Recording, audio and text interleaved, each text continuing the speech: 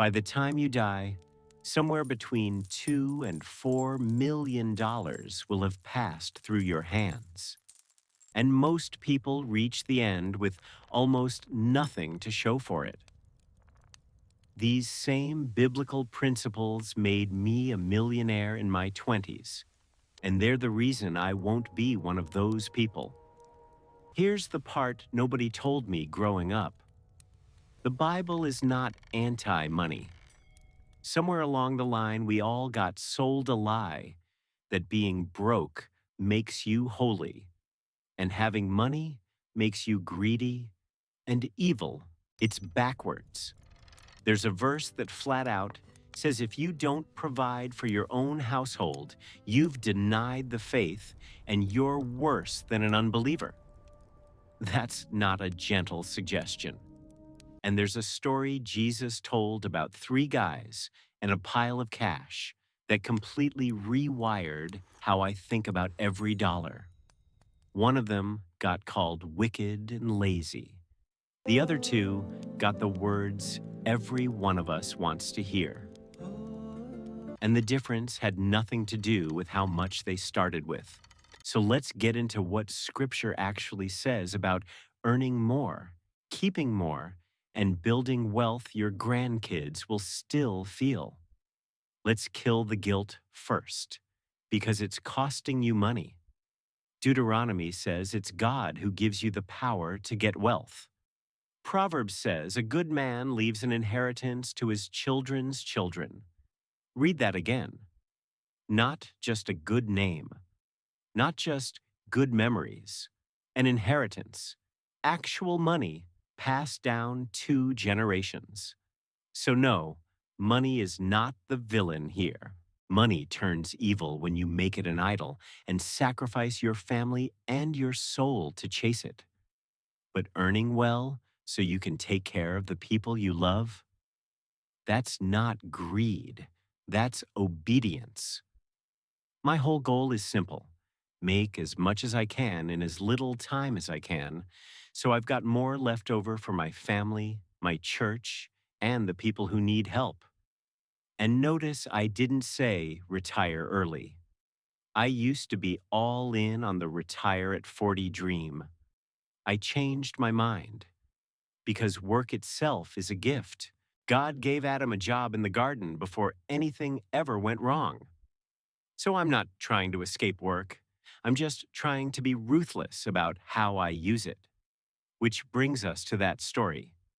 A master hands 3 servants his money before a trip. One gets 1 bag, one gets 3, one gets 5. And a bag here wasn't pocket change. It was about 20 years of wages. So we're talking hundreds of thousands, even millions in today's money, handed over and trusted. The master leaves. When he comes back, 2 of them had put the money to work and doubled it. He tells them, "Well done, good and faithful servant." But the third guy, he got scared. He dug a hole and buried it, kept it safe, did nothing.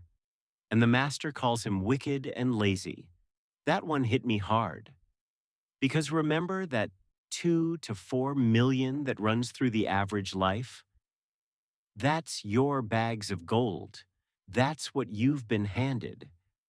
And the question at the end isn't how much you were given. All 3 were judged the same way on what they did with what they had. So did you turn it into something?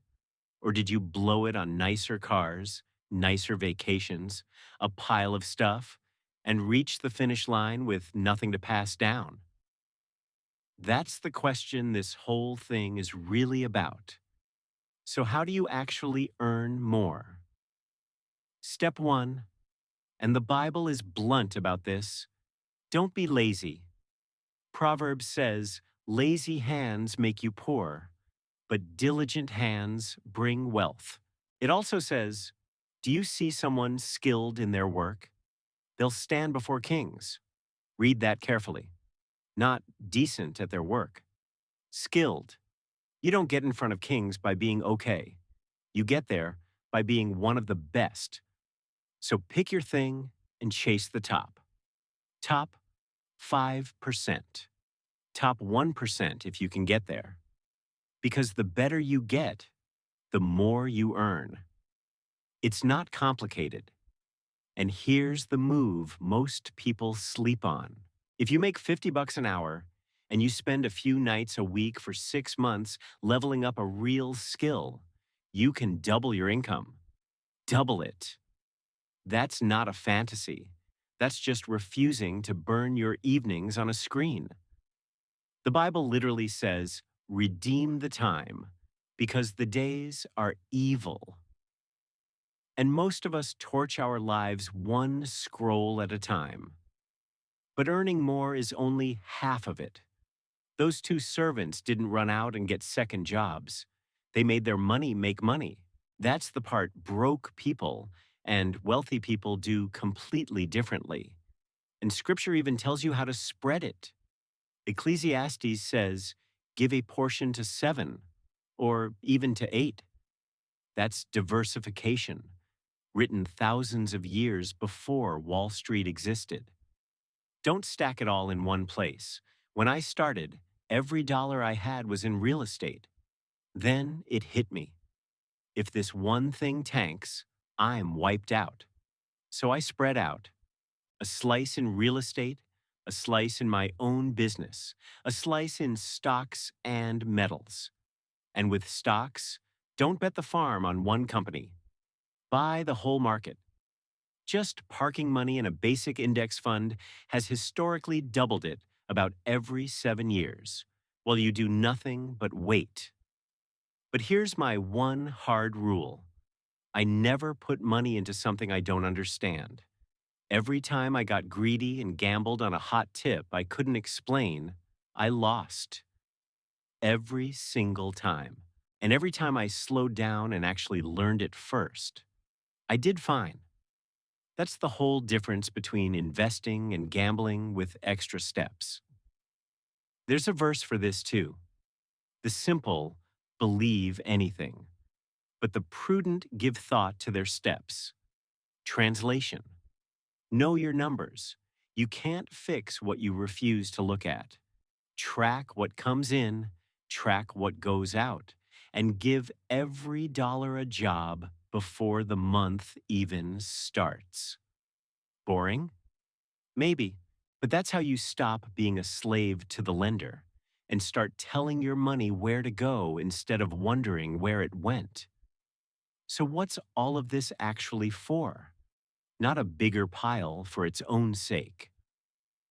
Ecclesiastes says, there's nothing better than to eat, drink, and find real satisfaction in your work. That's a gift from God. You're allowed to enjoy what you build, but the real payoff is generosity.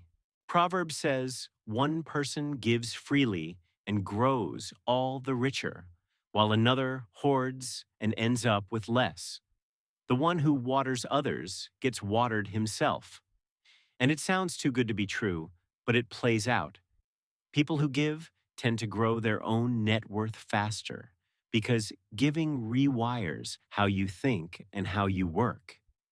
You stop grinding just for a nicer car and start carrying the weight of actually helping people. And quietly helping someone who has no clue it was you. Nothing beats that. So here's the whole thing in one breath. Don't waste the years you're handed. Earn more in less time. Put that money to work so it multiplies. Enjoy some of it without the guilt. Give generously to the widow, the orphan, whoever God drops in your path. And still leave enough that your grandkids feel it. That's not chasing money. That's stewarding it. That's being the servant who hears the words, well done. If this one helped you see money a little differently, hit that like button so the next video in this series actually gets made.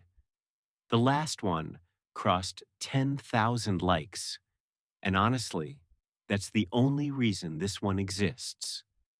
Do that, and I'll see you in the next one.